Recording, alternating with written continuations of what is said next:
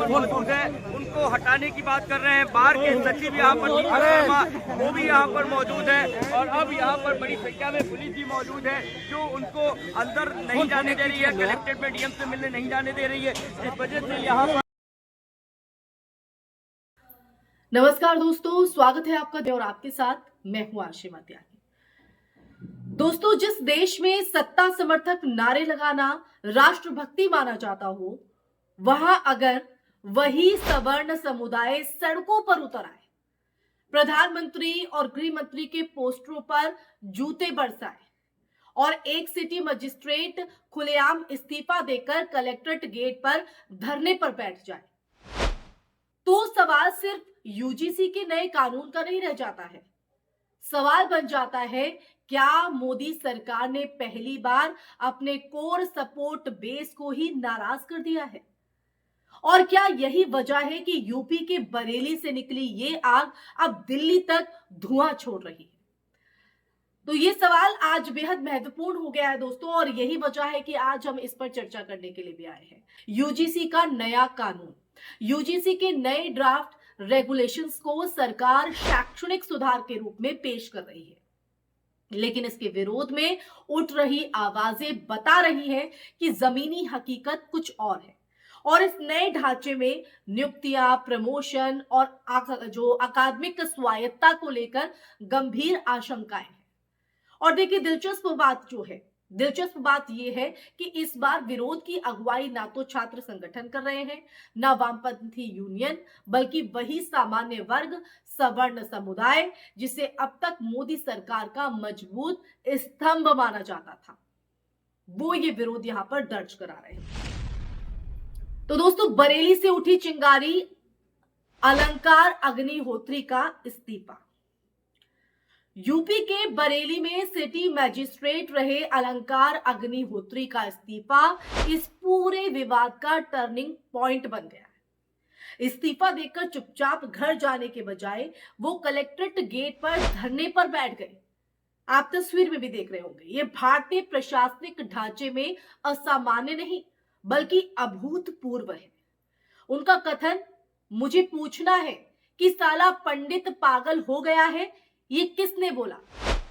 सिर्फ एक व्यक्तिगत अपमान का सवाल नहीं था, बल्कि उस सत्ता संरचना पर सीधा हमला था जहां अधिकारी से लेकर शिक्षक तक सब दबाव में है, एक प्रेशर में है।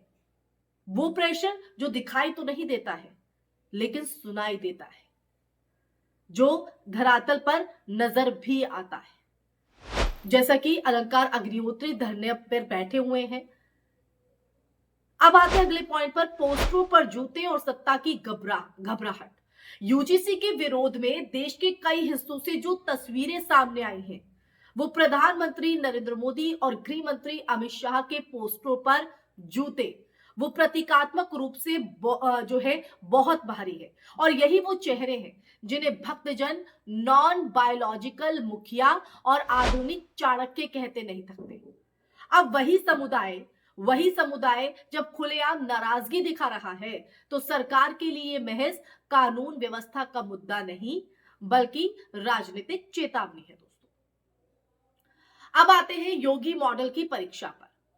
उत्तर प्रदेश, जहां मुख्यमंत्री योगी आदित्यनाथ का शासन कठोर प्रशासन के लिए जाना जाता है, वहां एक सिटी मैजिस्ट्रेट का धरने पर बैठना प्रशासनिक असहजता को उजागर करता है। अब ऐसे में सवाल उठता है कि अगर प्रशासनिक अधिकारी ही खुद को असुरक्षित और अपमानित महसूस कर रहे हैं, तो आम शिक्षक और प्रोफेसर की स्थिति क्या होगी?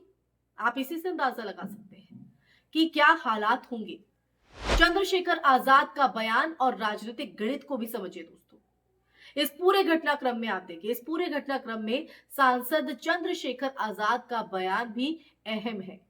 अगर चंद लोगों के दबाव में सरकार ने यूजीसी पर फैसला बदला, तो हम सड़कों पर उतरेंगे।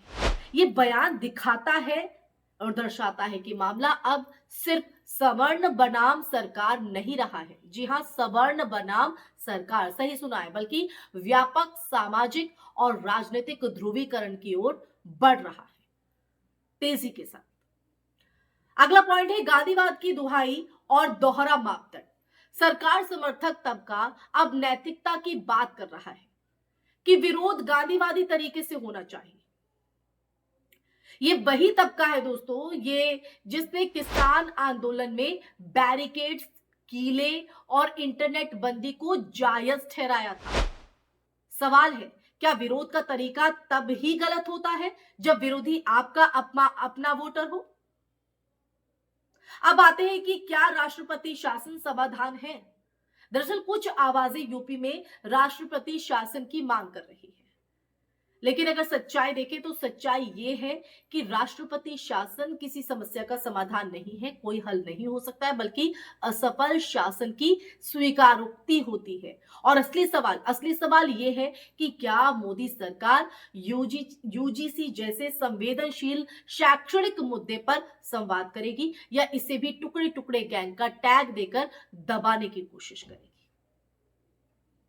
तो दोस्तों, ये जो चर्चा आज की है ये इसलिए महत्वपूर्ण हो जाती है क्योंकि देश से जो अलग अलग हिस्सों से तस्वीरें सामने आती हैं और जब इस तरह की घटनाएं देखने को मिलती है, एक अधिकारी जब धरने पर बैठता है अपना इस्तीफा देकर, तो कहीं ना कहीं सवाल खड़े होना लाजमी हो जाता है। तो आज सड़कों पर जो जूते उड़ रहे हैं वो सिर्फ पोस्टरों पर नहीं पड़ रहे हैं, वो सत्ता के उस अहंकार पर भी पड़ रहे हैं दोस्तों, जो खुद को अजय समझ बैठा था। इतिहास गवाह है कि जब किसी सरकार का अपना समर्थक वर्ग जो है सवाल पूछने लगे, प्रश्न चिन्ह लगाने लगे, तो खतरे की घंटी बज चुकी होती है। अब देखना यह है कि मोदी सरकार इस आवाज को सुनेगी या हमेशा की तरह इसे भी देशद्रोह कहकर अनसुना कर देगी, क्योंकि सत्ता के गलियारों में जूते की जो आवाज है वो देर से ही सही लेकिन दूर तक गूंजती जरूर है दोस्तों। ऐसे में ये पूरा सच और हालात जो आज के बने हुए हैं, जो इस वक्त तस्वीरें सामने आ रही हैं, प्रधानमंत्री नरेंद्र मोदी और गृह मंत्री अमित शाह के पोस्टरों पर जिस तरह से जूते पड़ रहे हैं, जिस तरह से विरोध दर्ज कराया जा रहा है, इसको आप किस तरह से देखते हैं? इस पर आपका नजरिया क्या कहता है? कमेंट सेक्शन में कमेंट करके जरूर बताइएगा। लेकिन इस सच को आप किस तरह से लेते हैं दोस्तों, और इसके बाद आपकी क्या राय है वो भी कमेंट सेक्शन में बताइएगा। कमेंट करके इस वीडियो को ज्यादा से ज्यादा शेयर कीजिएगा, हमारे चैनल को सब्सक्राइब कीजिएगा। फिर हाजिर होंगी ऐसी ही चर्चा लेकर, सच का संवाद लेकर। तब तक के लिए अपना ख्याल रखिए। जय हिंद, जय भारत, नमस्कार।